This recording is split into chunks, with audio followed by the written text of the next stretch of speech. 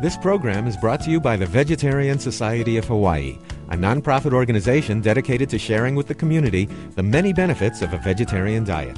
Free monthly meetings include vegetarian experts found locally and on the mainland, quick and easy cooking demonstrations, and healthful and delicious food samples.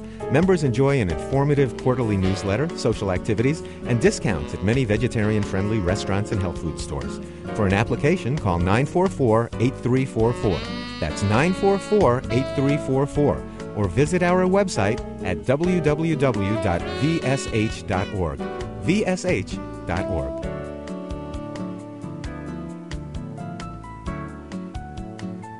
Well, welcome everyone to the monthly meeting of the Vegetarian Society of Hawaii.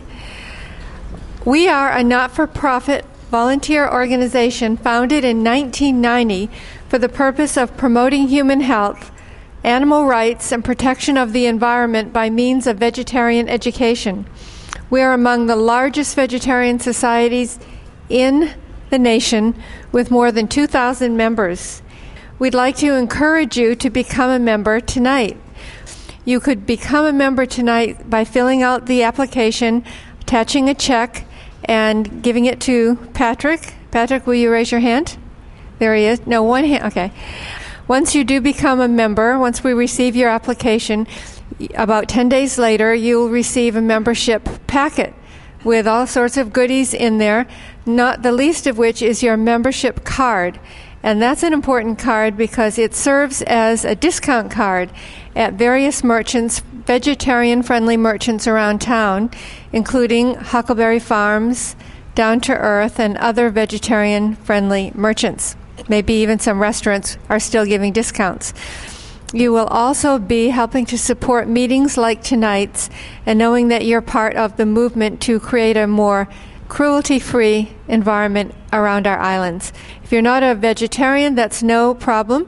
Only about half of our members are vegetarian.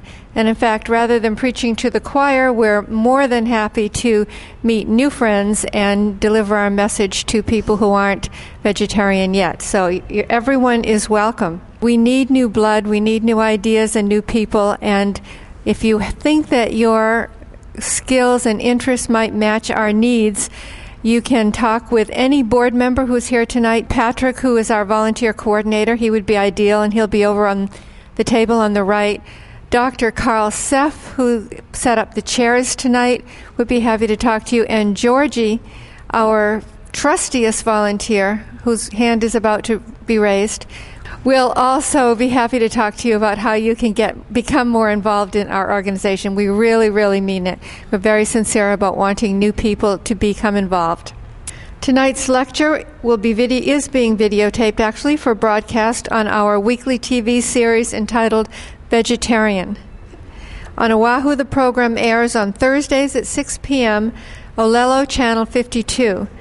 In addition, many of our previous lectures can be viewed online on our website, VSH, which stands for Vegetarian Society of Hawaii.org. And tonight's lecture will soon be added to the online offerings. Now it's time for our special guest. We're delighted to have with us tonight Bruce Friedrich. Mr. Friedrich is Vice President of Campaigns for PETA, the world's largest animal rights organization. He has appeared on the Today Show, Hardball, the Reilly Factor, and most other cable news shows, and has been interviewed repeatedly by all of the United States' most influential newspapers. Before joining PETA 12 years ago, he spent 6 years running a shelter for homeless families and the largest soup kitchen in Washington, D.C. Tonight he will discuss Eating for Planetary Survival. Please welcome Bruce Friedrich.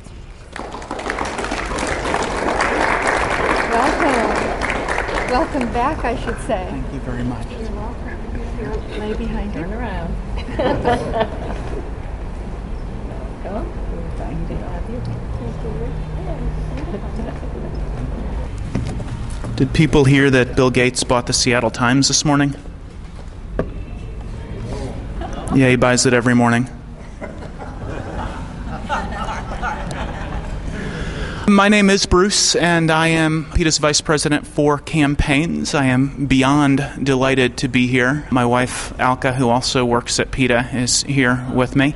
We're taking it as a vacation also, so we got here on Saturday night and have been exploring the glories of Oahu. It is really quite spectacular. I want to also thank the Vegetarian Society of Hawaii and all of you who are members. If you're not a member, please do join. I believe it's the largest vegetarian society in the United States, which is really quite something. And the lecture series, as you know, is spectacular. The people who they get month after month after month. I was looking at past lectures. It's really humbling to be among so many spectacular speakers. The title of my talk is Eating for Planetary Survival.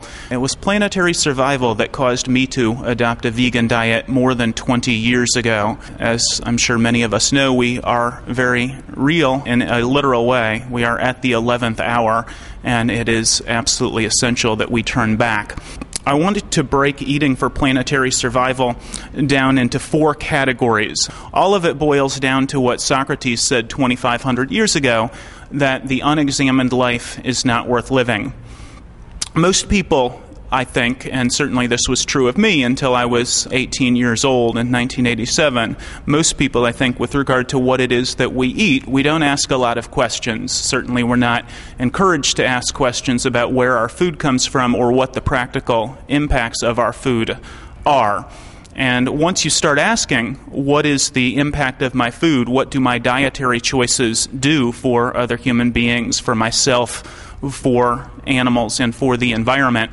It becomes very clear that there are certain dietary choices that are good for planetary survival in all of those categories, and there are certain dietary choices that are bad in all of those ways. The first thing that I want to talk about, and this is what did it for me, and this is just the basic inefficiency of funneling crops through animals. I weigh about 190 pounds.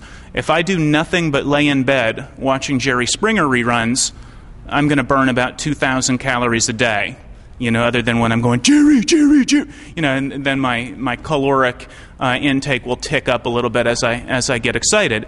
But that's true of other animals as well.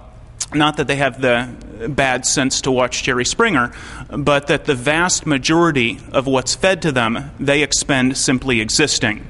So it takes between 6 and 25 calories fed to a farmed animal to get 1 calorie back out in the form of the animal's flesh. The vast majority of what we feed to chickens or pigs or cattle, the vast majority of what we feed to them, they expend simply existing. So it's very much like if we were to go to the refrigerator, open up the refrigerator, take out, between 5 and 24 plates of food and dump them in the trash. And every time we choose to eat chicken or pork or beef, every time we choose to eat animal products, we're effectively, even though we're not personally taking the food and dumping it in the trash, we're effectively choosing to consume something that requires more resources than something else. And what this slide documents is that it takes about 20 times as much energy to get our calories from animal products than it takes to get it from plant-based products. It takes about 14 times as much water, and it takes about 25 times as much land. But it's actually quite a bit worse than that. I mean, that's just this is the direct input into the crops that we're growing to feed to the animals rather than growing those crops to consume them directly. It also takes about 4 extra stages of gas-guzzling, pollution-spewing, energy-intensive resource consumption to get animal-based foods as to get plant-based foods. I mean, think about it. You have to grow the crops, and that's energy-intensive, and it takes a lot of resources. But if you're going to eat the crops, then you just grow the crops, ship them to the factory, turn them into whatever vegan food you're going to eat, and then ship that to the grocery store. If you're going to funnel those crops through animals, you have to grow the crops, ship the crops to the feed mill, operate the feed mill, ship the feed to the factory farm, operate the factory farm, ship the animals to the slaughterhouse, operate the slaughterhouse, and it's about 4 extra stages of gas-guzzling, pollution-spewing vehicles required, as well as multiple extra, the feed mill and the slaughterhouse and the factory farm, all of these things that you don't require if you're going with plant-based foods as opposed to animal-based foods. So a little over 20 years ago, I read a book called Diet for a Small Planet by Frances Moore Lepay, and this is the basic argument that she makes, the argument of the vast inefficiency of cycling crops through animals rather than eating those crops directly. And then, of course, the thing that's gotten a lot of attention in recent years is the amount of excrement that animals create. Farmed animals, we slaughter about 10 billion of them every single year, and they produce about 130 times as much excrement as the entire human population of this country. So the slide here, if you're eating exclusively vegetarian foods, the bar on the right, there's no bar.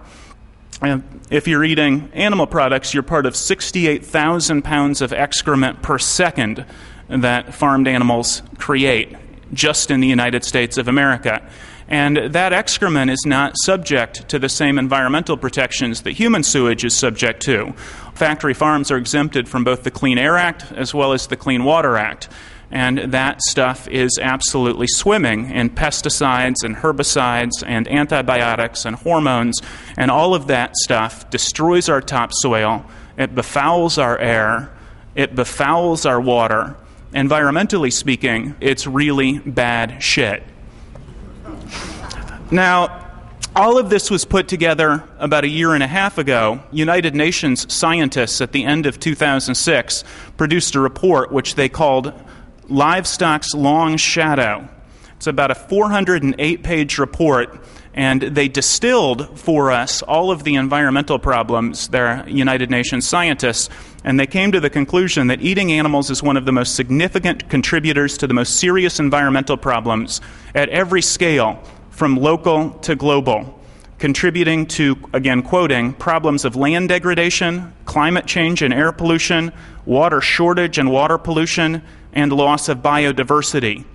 On the issue that is on most environmentalist minds, perhaps more than any other issue, they found that raising animals for food causes almost 40% more global warming than all of the SUVs, 18-wheelers, jumbo jets, than all forms of travel combined.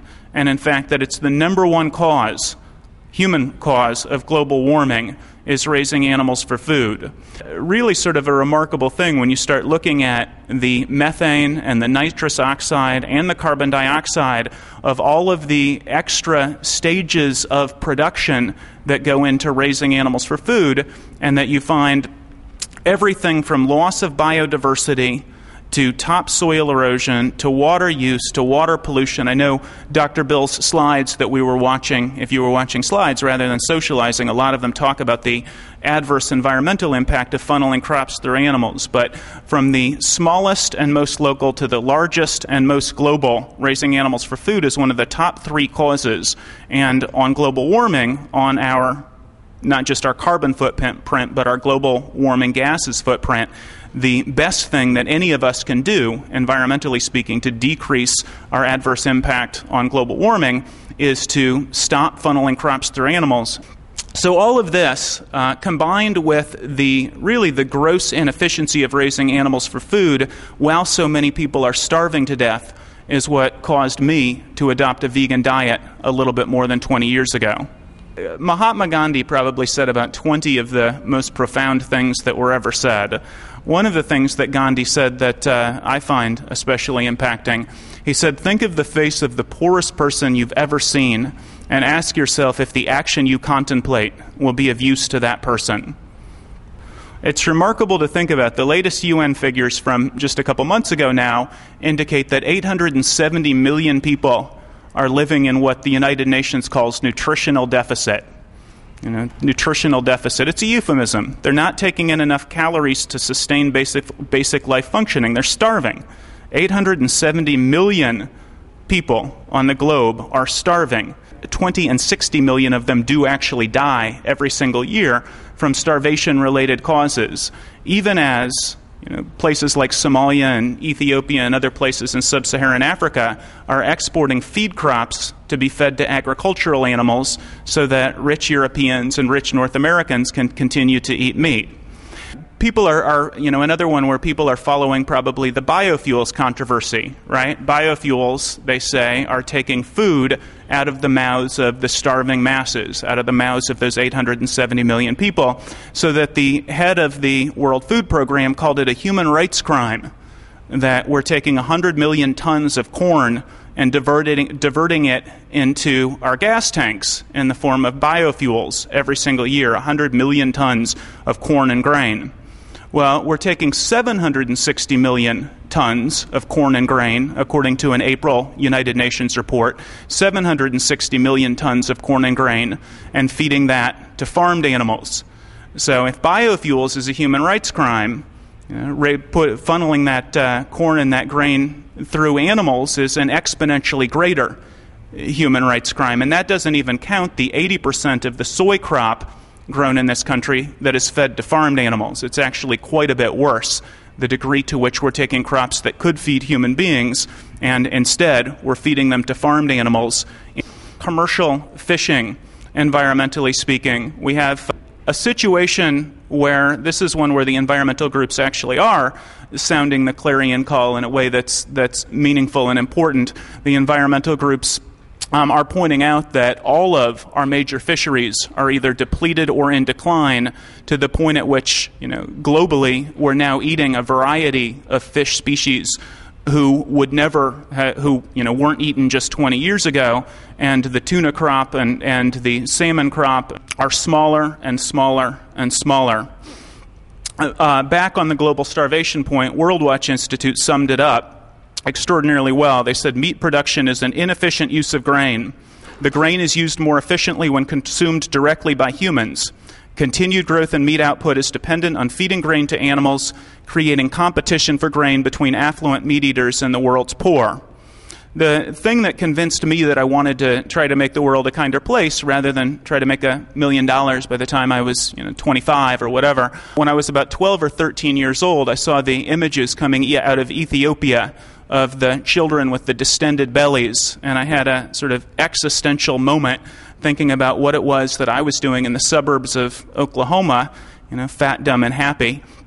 Millions of children, just as important in any existential way, just as important in the eyes of God for me as a Lutheran, just going through confirmation classes, wondering how it could be that some children were starving and I was doing just fine. It was remarkable to me to find out, reading Diet for a Small Planet, that throughout the entire famine in the early 80s in Ethiopia, throughout that entire famine, they were exporting linseed and soy to Europe to feed to agricultural animals. I was running a homeless shelter in the largest soup kitchen in Washington, D.C. for a little over 6 years before I came to PETA.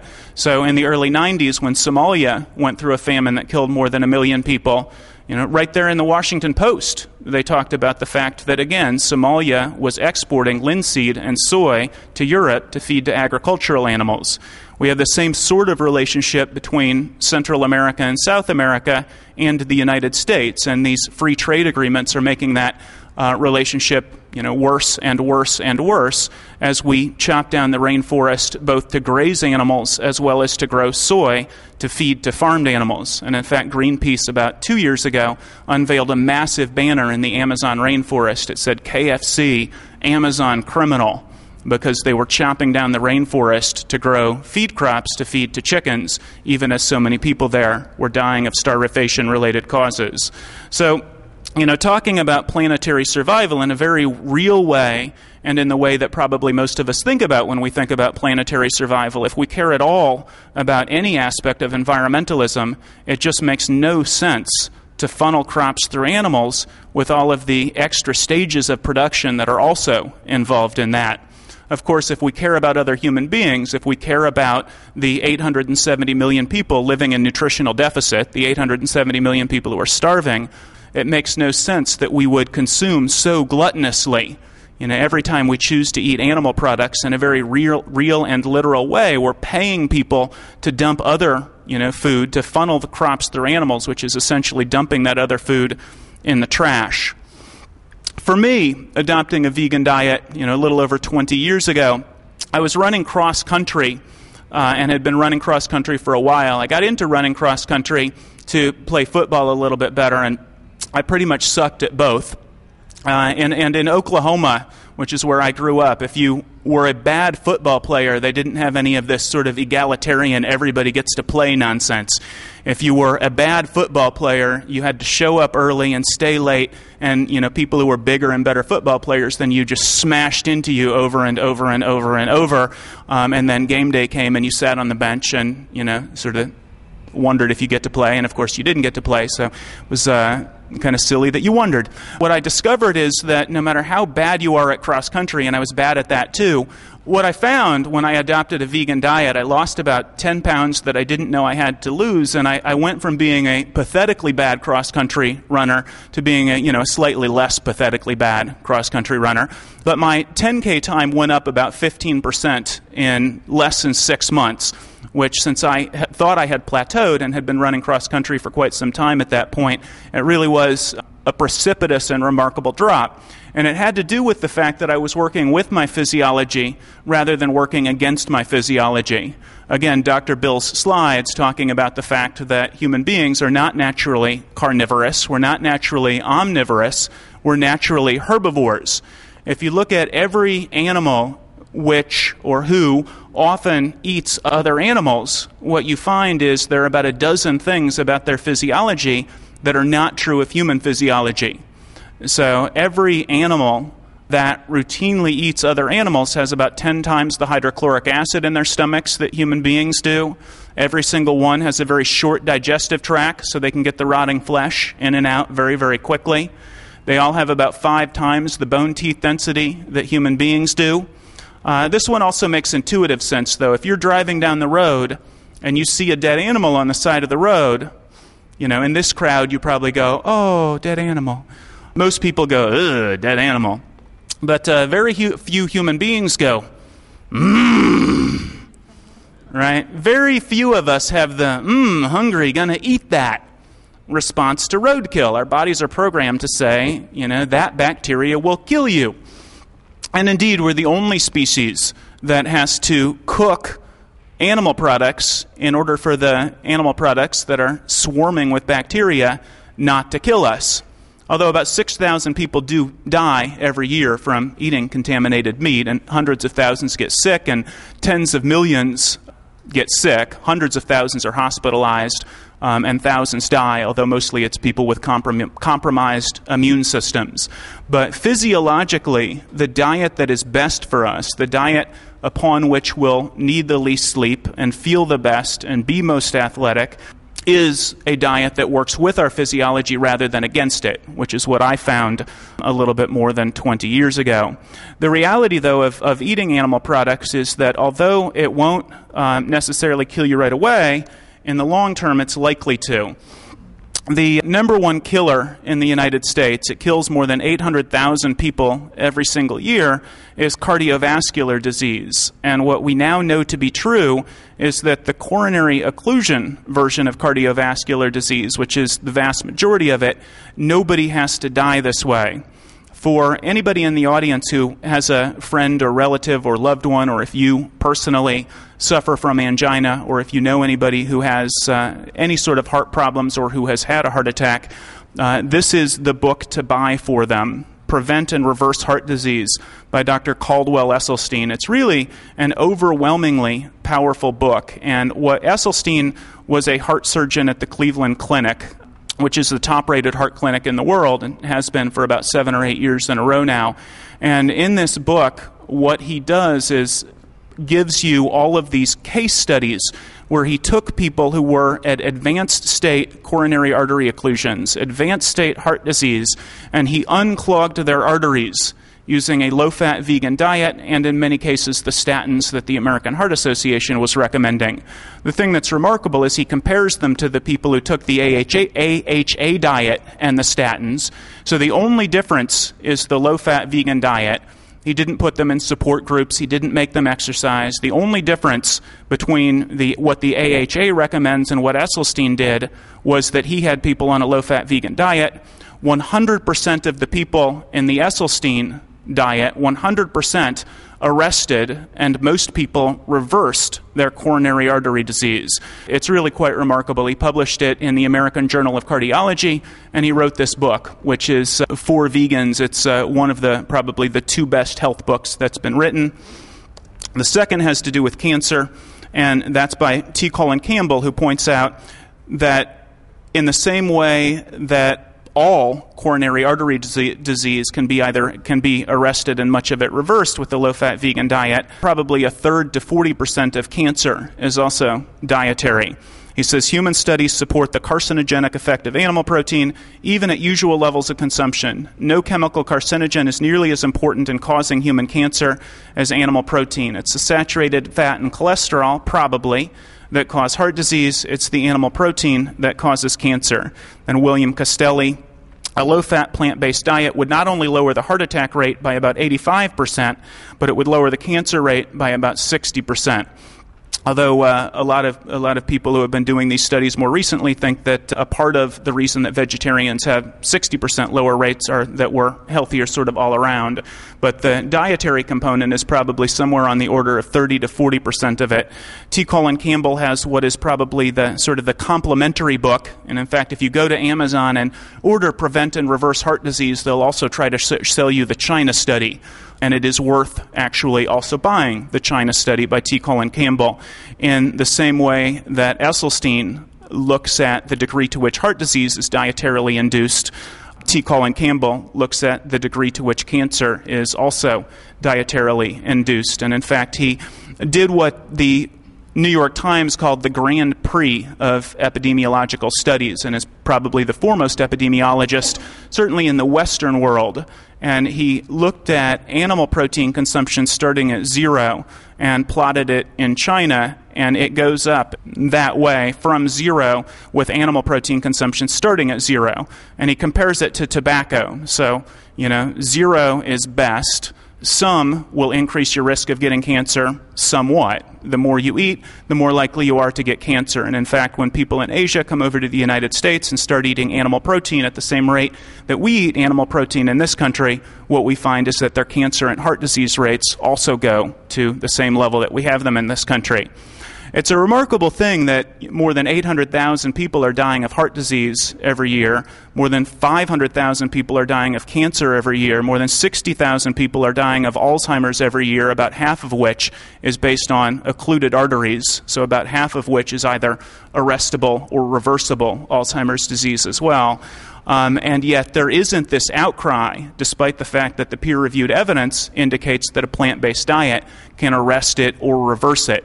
You think about if people were falling out of bridges or being hit by cars to the tune of 1.5 million, which is the dietary-induced death every year, there would be a vast outcry. But because there's so much profit in the meat industry, which is about $100 billion a year, there isn't money in teaching people not to kill themselves, where there's an awful lot of money in trying to find cures for diseases which are preventable.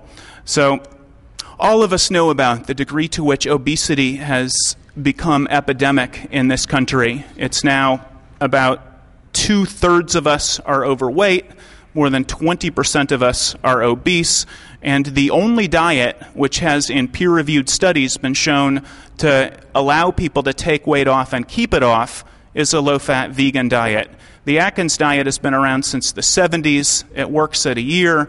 After people have been on it for a couple of years, well, most people fall off it, but they become, as Al Gore did, the butt of late-night comic jokes, or as Bill Clinton did after going on the Atkins Diet, they wind up getting quintuple bypass surgery. Or as Atkins did, they end up keeling over dead at 260 pounds.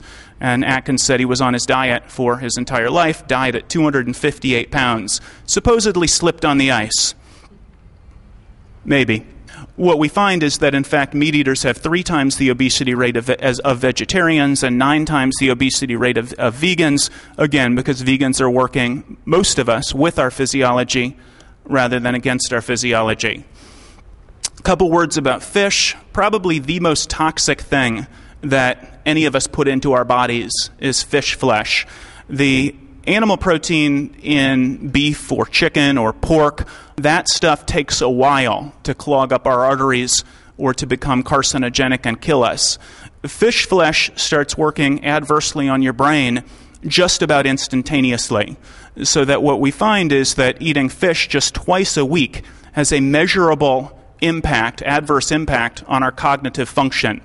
There's a woman named Jane Hightower who's a practicing physician in the Bay Area, and she found that her clients were coming in more and more experiencing vertigo, experiencing increased forgetfulness, experiencing confusion and dizziness.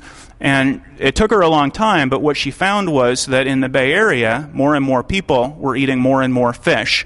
She took them off the fish, their mercury levels plummeted, and their capacity to concentrate came back. We have on our goveg.com website, if you click on health and then click on fish, we have study after study after study after study, all in peer-reviewed journals, indicating that fish flesh is absolutely toxic and starts working against you almost instantaneously. This one is intuitive as well. I mean, how many of us would go to the water that the fish come out of, dip a cup in there, and start drinking it? None of us would do that. But that's effectively what you're doing if you're eating fish flesh. The worst stuff that we dump into our oceans and our waters, the worst stuff is not water soluble. It's fat soluble, which means that it collects in the animal's fat and it collects in the animal's flesh, and we end up getting heavy doses of mercury, DDT, lead, and all kinds of other things that we know to be carcinogenic in the long term, but in the short term, they also absolutely rot your brain. And give you what scientists call fish fog. Not a good idea to consume animal products. So, to recap briefly, if we care about the environment, planetary survival, we stop eating animal products. If we care about the global poor, which is an integral part of planetary survival, we stop eating animal products. If we care about our own health, we stop eating animal products. But the other species with whom we share the planet, of course, and 10 billion land animals we consume just in the United States every single year, as well as something on the order of 16 billion fish. I think it's like about 8 billion finfish and about 10 billion shellfish. And these are also a part of planetary survival. These are also our co-inhabitants on the planet. The animal rights argument is summed up both by the scientists and by the philosophers. Charles Darwin, of course, taught us that other animals are more like us than they're unlike us. They're made of flesh and blood and bone, just like human beings are. They have the same 5 physiological senses that we do. And if we're eating animals in a very literal way, we are eating corpses. These are the animals' cadavers. And you think about something like the rugby team who crashed in the Andes and ended up having to eat one another, and they were able to survive that way. Human beings taste like animals because we are animals. There's a serial killer who killed about 50 women in Vancouver by the name of Robert Pickton, and also a pig farmer. And there was a great outcry because they found that he was serving up his victims as pork. Well, why did nobody notice? Because humans and other animals are more like one another than we're unlike one another. We've known that, of course, since Darwin.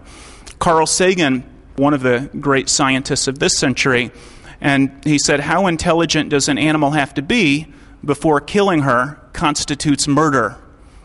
A very reasonable question, I think. And then finally, on the scientific side, Richard Dawkins.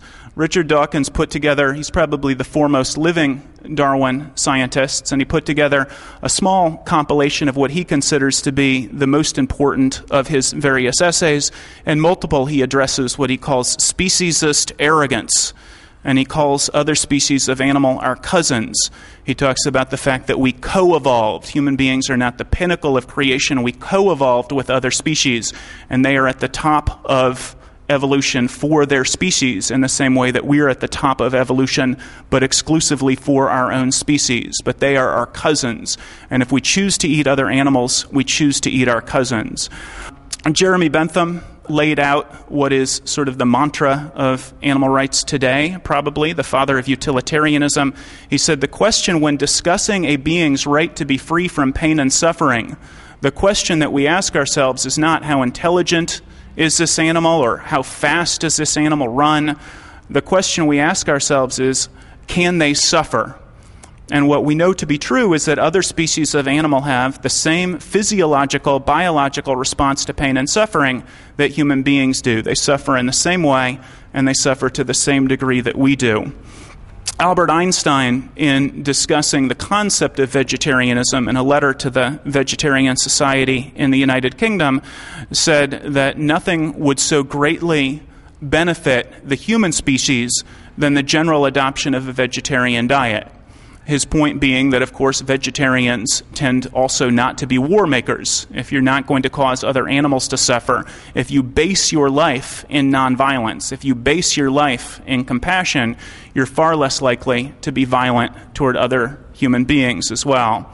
And then finally, among the philosophers, Alice Walker, who in the introduction to a book called The Dreaded Comparison, which compares slavery in the 16th to 19th centuries in the United States to the way that human beings are treating animals today. And in the introduction to that book, Alice Walker said, the animals of this world were not created for human beings any more than black people were created for white people or women were created for men. Many people balk at the idea of comparing other species to human beings, but the comparisons are obvious, and the comparisons are real, and the comparisons are scientific. And I like what Peter Singer said. He said the challenge isn't to look back at the way that human beings treated other human beings a few hundred years ago, or to say what morally degenerate things were happening a couple hundred years ago that we can condemn. The challenge is to say, what is society doing right now that in 100 years or 200 years, people are going to be looking back at with the same sort of moral revulsion that we look back on past atrocities. So it's humbling to think about the fact that human beings 150 years ago, I mean, we passed the 13th Amendment banning slavery in 1865. So that's 143 years ago, which historically speaking, it's that long ago, right? 143 years, it's kind of nothing, historically speaking. Socrates said the unexamined life is not worth living 2,500 years ago. 2,350 years later, we got around to saying, hey, maybe humans shouldn't hold other human beings as slaves. We passed the 19th Amendment, which gave women the right to vote in 1920, so 88 years ago. My grandmother just turned 95. So she was alive when there was this spirited debate in Congress about whether these irrational creatures, more than half of y'all, about whether the Union would dissolve if women had a say in governance. And the challenge isn't to say, gosh, look at what moral dullards they were 150 years ago in the way that humans interacted with other humans. The challenge is to say what's happening right now that in 100 or 150 years, society is going to look back on with the same sort of moral revulsion. And I'm convinced that it's that we are eating our cousins, as Richard Dawkins calls them, the other species. And we have actually created a situation where, chickens, we slaughter them when they're not even 7 weeks old. We're eating babies, literally. We slaughter pigs when they're about 6 months old. We slaughter cattle when they're about 18 months old. Even dairy cattle are turned into hamburger meat in, youth adolescence, basically. They're sent to slaughter at about 5 out of a natural lifespan of 20 to 25 for dairy cattle. So we have created these species of animal where we bring 10 billion of them into existence every year only to slaughter them. And the genocide is basically complete. The way that we treat these animals, there are not, other than on a few farm sanctuaries, but well under 0.00001% of the chickens and pigs and other farmed animals in the United States live even into adolescence. We create this situation where we have these cycles of babies who we raise only in order to slaughter them. And they are interesting individuals.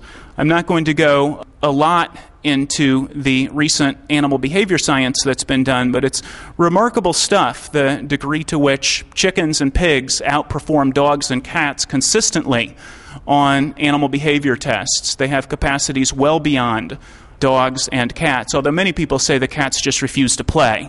So we're not clear about cat cognition because they refuse to take the test. They're above all that.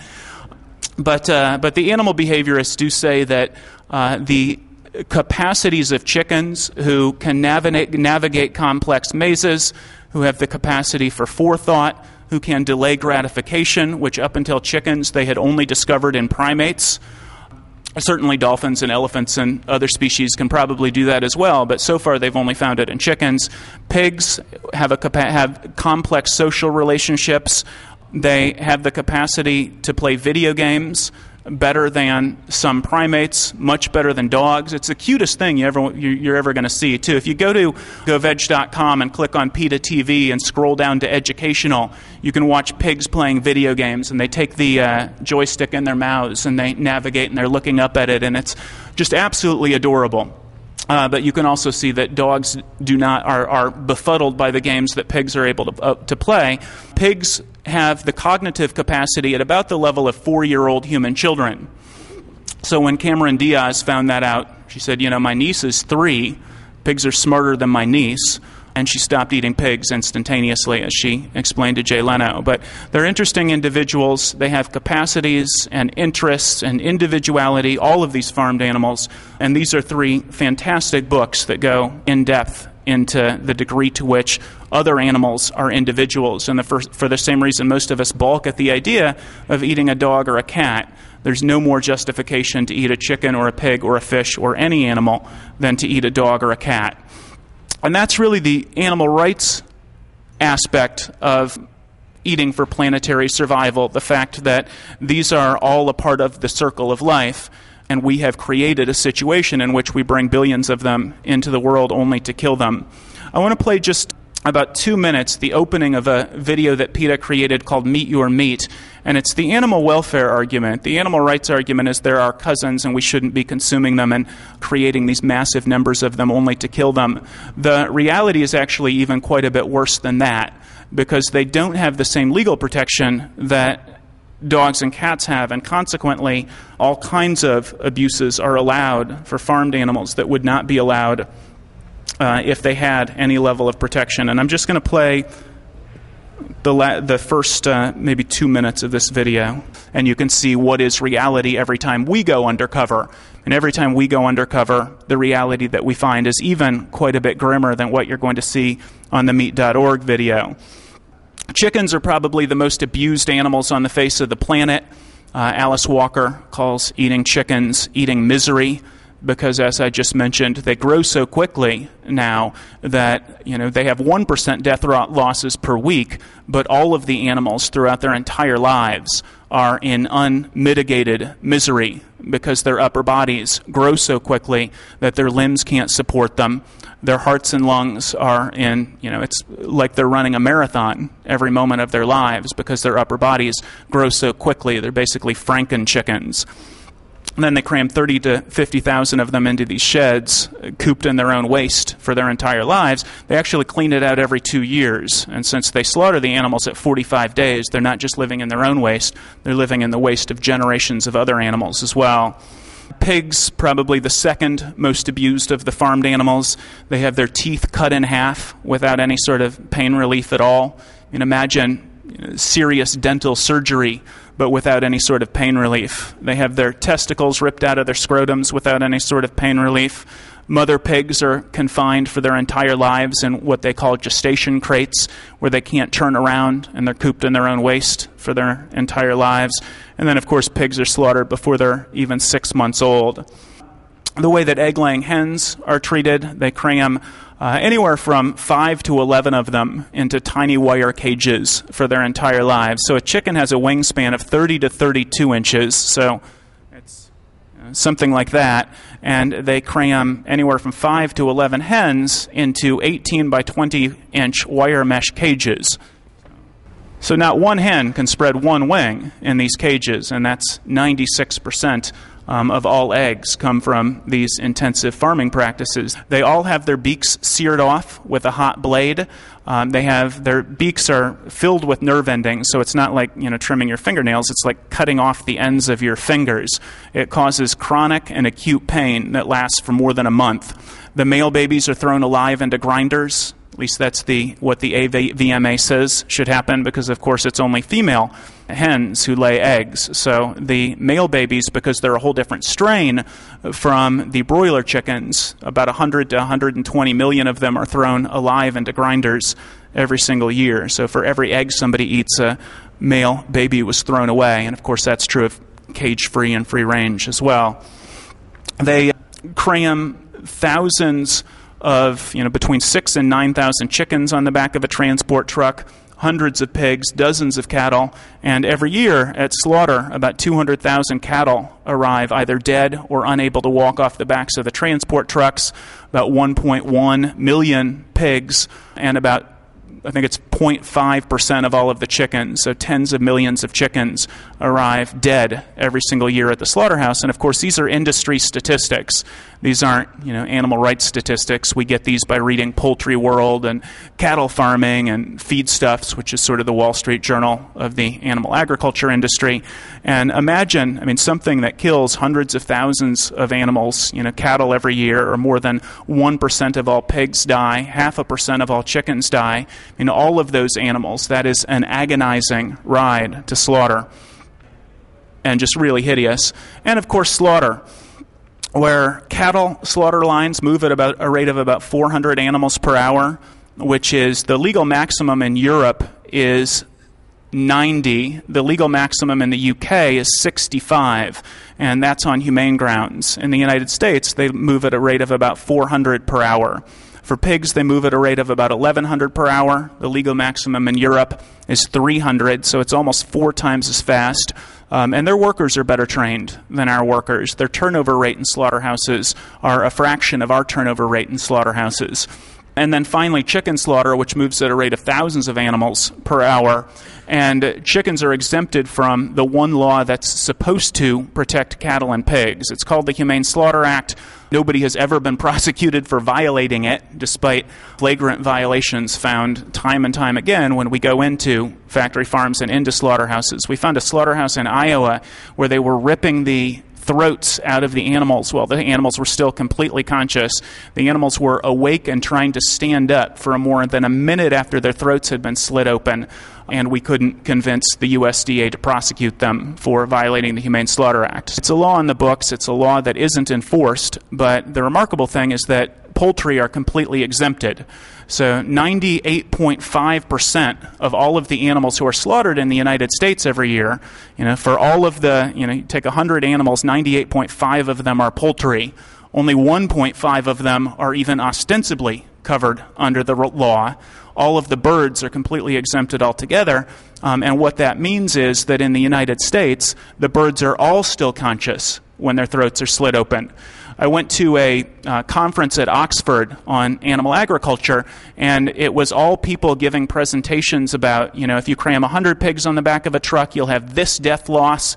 If you, cart them through this temperature over this many hours, this is the number who will die. If you add 10 pigs, it'll be this number who will, these are, these are animal scientists. They are not faint of heart. They are not vegetarians, and they're horrified by chicken and turkey slaughter in the United States because we turn the milliampage on these water bath down so low. So what happens is the animals are dumped out of these conveyors, they're snapped into metal shackles, they hit this electrified water that in the United States immobilizes them but doesn't render them insensible to pain, and then they move along and they have their throats slit open.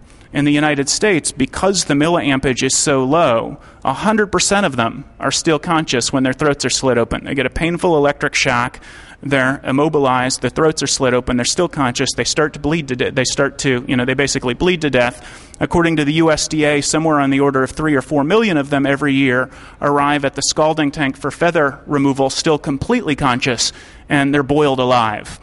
So, again, slaughter is absolutely not a pretty picture, and sadly, again, the chickens get it the worst. Unmitigated misery. Fish do their thing underwater, so we're not as familiar with them, but what we know to be true, of course, biologically, physiologically, the pain response mechanism in fish is identical to the pain response mechanism in mammals and birds. So being chopped in half for a fish feels exactly like being chopped in half would feel for you or for me. The fish being dragged out of the oceans, the lucky ones are in the bottom of this net being crushed to death. The ones on the outside have lingering agony.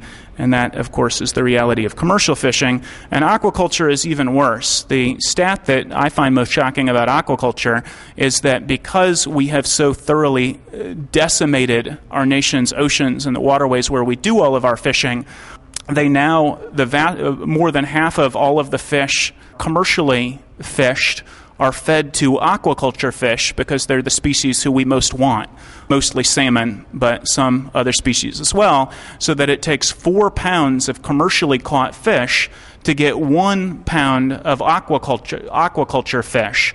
So if you're eating farmed fish, you're actually causing 4 times as much commercial fishing as if you're eating the commercially caught fish directly, which of course is hideously cruel in and of itself. Everything that I've said is up on our goveg.com website, and it's pretty intuitive and easy to find. But if you go to Interesting Animals and click on fish, you can find a lot of the interesting animal behavior research about the fact that fish have long-term memories, they have complex social structures. A school of fish is very much like a pack of dogs. Sylvia Earle, who if she were male would probably be more famous than Jacques Cousteau, her CV is more impressive than his. She says, I would no more eat a fish than I would eat a dog. They're interesting individuals. They have personalities. They hurt when they're wounded. The way that we treat them is as though they were inanimate objects. My favorite T-shirt says, ask me why I'm a vegetarian. And I have 12 of them. It's the only T-shirt that I wear. When people ask, I turn it back around and say, well, do you eat meat? And people inevitably say, yeah, I do eat meat. And I try to have a conversation with them about what integrity means. To me, integrity means that we lead an informed life, that we make choices that are examined. A plant-based diet challenges us to lead an examined life, and it challenges us not to pay other people to do things that we wouldn't do personally. So environmentally speaking, you wouldn't personally, I wouldn't guess, take 6 to 25 plates of food and throw them in the trash.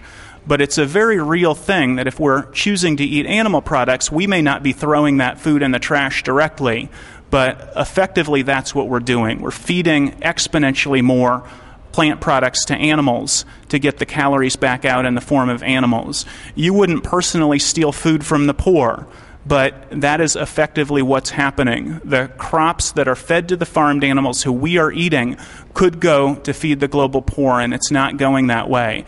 You wouldn't personally slit animals' throats open, but you're paying, if you're eating animal products, you're paying people to slit animals' throats open. I like what Percy Bysshe Shelley said about his vegetarianism. He said, I want no part in anything I can't write a pleasant poem about. I like that concept. I want no part of anything I can't write a pleasant poem about.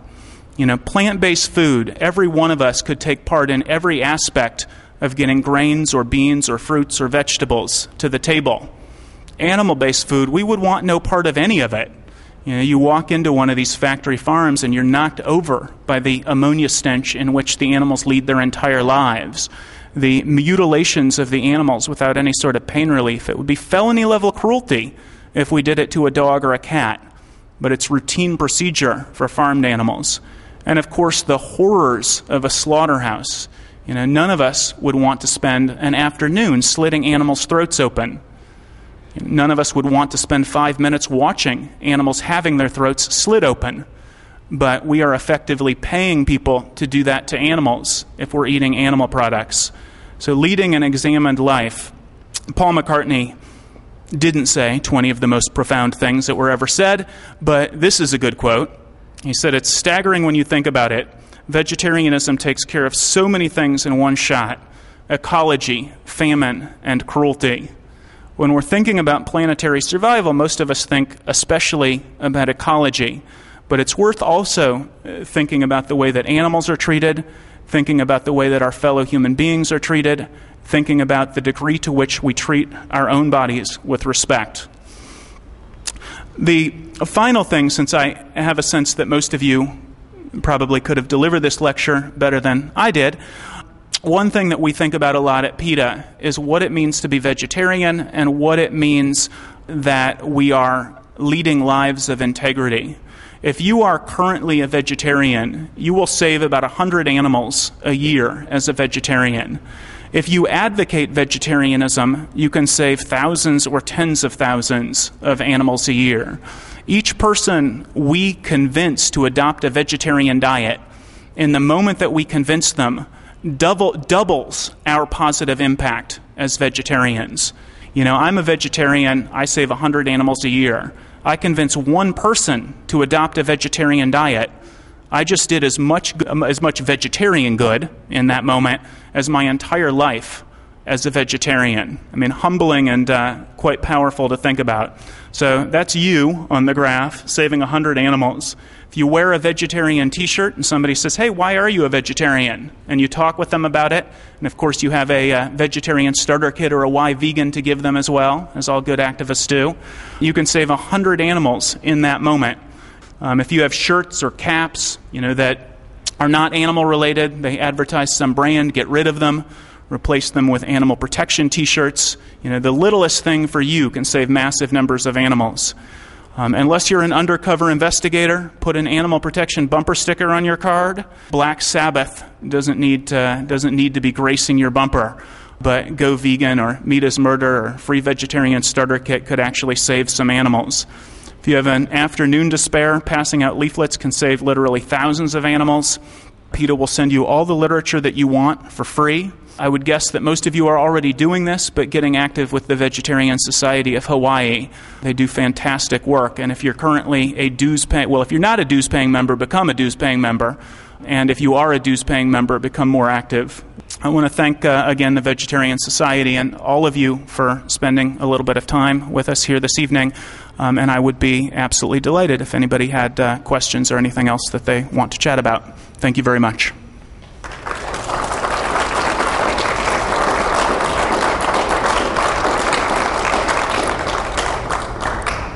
So thank you very much, Bruce Friedrich, for an excellent presentation without notes. It was kind of brilliant. And thank you all for coming tonight. You could have gone to Senator Obama's fundraiser, and you could have stayed home and watched the Olympics. So indeed, thank you for coming. Tonight's talk has been filmed by Bill Harris, as always, and will appear on Olelo.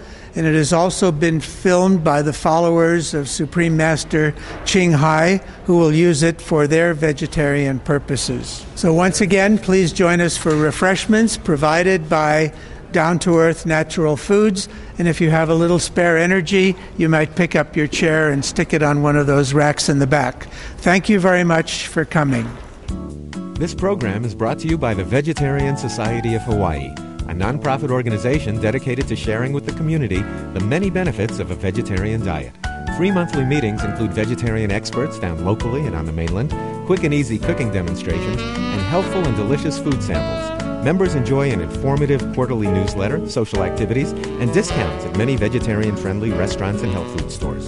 For an application, call 944-8344. That's 944-8344. Or visit our website at www.vsh.org. vsh.org.